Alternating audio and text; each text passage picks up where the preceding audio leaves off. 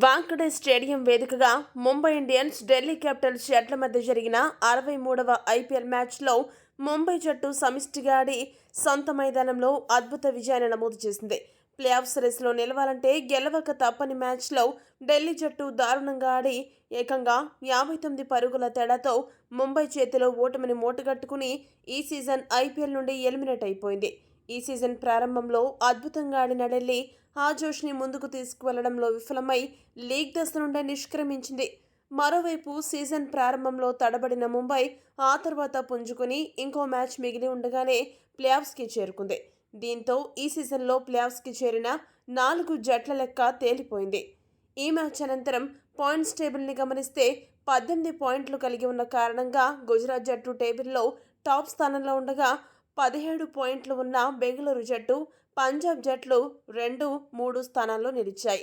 ఇక 16 పాయింట్లకు చేరుకున్న ముంబై జట్టు టేబుల్లో 4వ స్థానాన్ని దక్కించుకుంది. అలా ఒక్కసారిగా ముంబై జట్టు టాప్ 4కి చేరుకోవడంతో ప్లే ఆఫ్ స్కోరు రసవత్తరంగా మారింది. ప్రస్తుతం ప్లే ఆఫ్స్కి చేరిన గుజరాత్, బెంగళూరు, పంజాబ్, ముంబై ఈ 4 జట్లకు టేబుల్లో టాప్ స్థానం దక్కించుకోవడానికి అవకాశాలు సజీవంగా ఉన్నాయి. ఇక్కడ నుండి ఈ 4 జట్లు ప్రస్తుతం టాప్ 2 స్థానాల కోసమే పోరాడనున్నాయి.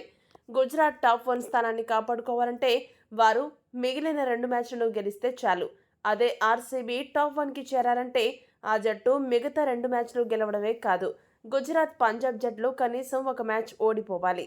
ఇక పంజాబ్ నెంబర్ 1 స్థానానికి వెళ్లాలంటే ఆ జట్టు మిగతా 2 మ్యాచ్లు గెలవడమే కాదు, గుజరాత్, బెంగళూరు జట్లు కనీసం ఒక మ్యాచ్ ఓడిపోవాలి. ఇక ముంబై జట్టు అగ్రస్థానం దక్కించుకోవాలంటే తాను ఆడబోయే చివరి మ్యాచ్లో గెలవాలి. మిగతా జట్లన్నీ మిగిలిన మ్యాచ్లలో ఓడిపోవాలి. మీ దృష్టిలో ఏ జట్టు టాప్ 1 స్థానం దక్కించుకుంటుందో కామెంట్ చేయండి. మరిన్ని అప్డేట్స్ కోసం మా ఛానల్ను సబ్స్క్రైబ్ చేసుకోండి.